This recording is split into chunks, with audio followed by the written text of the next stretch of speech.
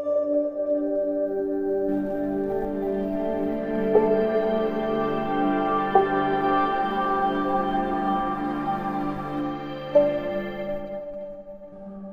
गांव में जयसी नाम के एक जमींदार रहते थे, जिनके 5 बेटे और 1 बेटी थी। इकलौती बेटी होने के कारण उसे सबसे ज्यादा दुलार भी मिलता था। जमींदार की बेटी ज्योति अपने पिता के इस दुलार की वजह से जिद्दी, गुस्सैल और आलसी हो गई थी।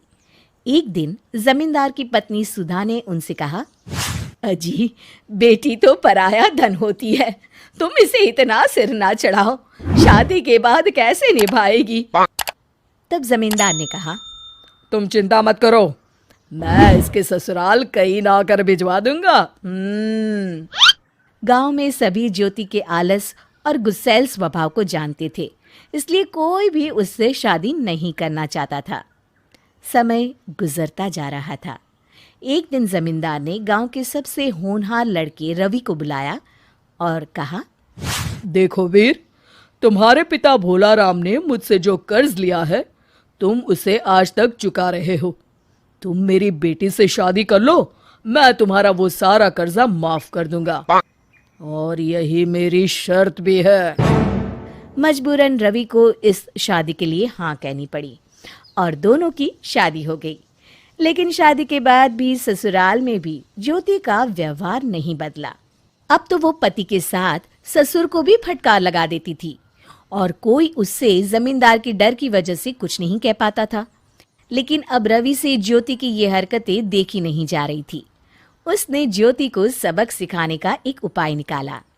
एक दिन ज्योति जब सोकर उठी तो उसे बहुत जोरों की भूख लगी थी। ज्योति ने कहा, अरे सबको सांप सूंघ गया है क्या? मुझे जोरों की भूख लगी है, कोई खाना लाओ।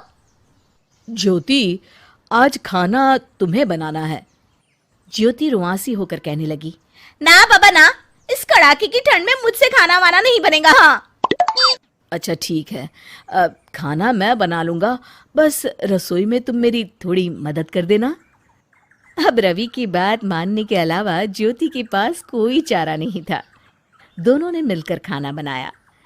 रवि खाना खाने के बाद कहता है, ज्योति, मैं खेत पर जा रहा हूँ काम करने, तुम घर में चौकस रहना। हाँ, चौकस?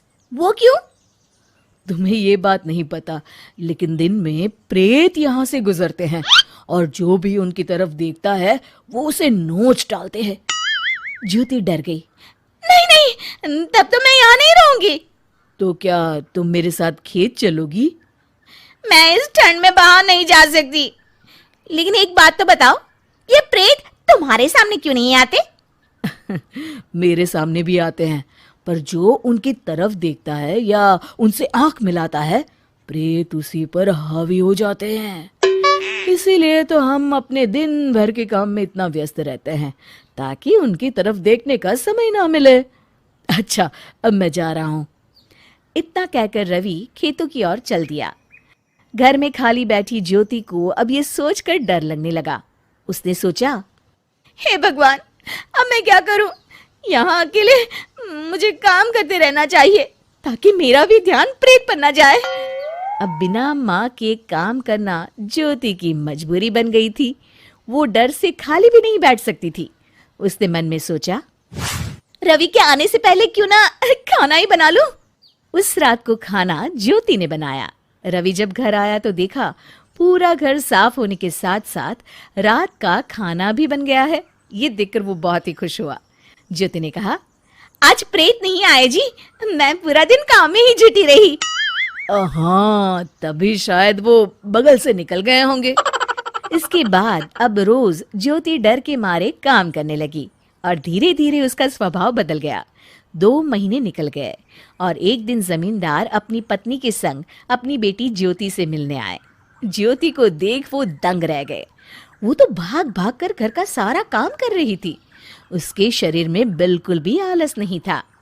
माता पिता को देखकर ज्योति उनके गले से लिपट गई और बोली, पिताजी, यहाँ खाली मत बैठिए। माँ, आप भी ना यहाँ जल्दी से कुछ काम करिए, नहीं तो प्रेत आप दोनों को भी नुकसान पहुँचाएंगे।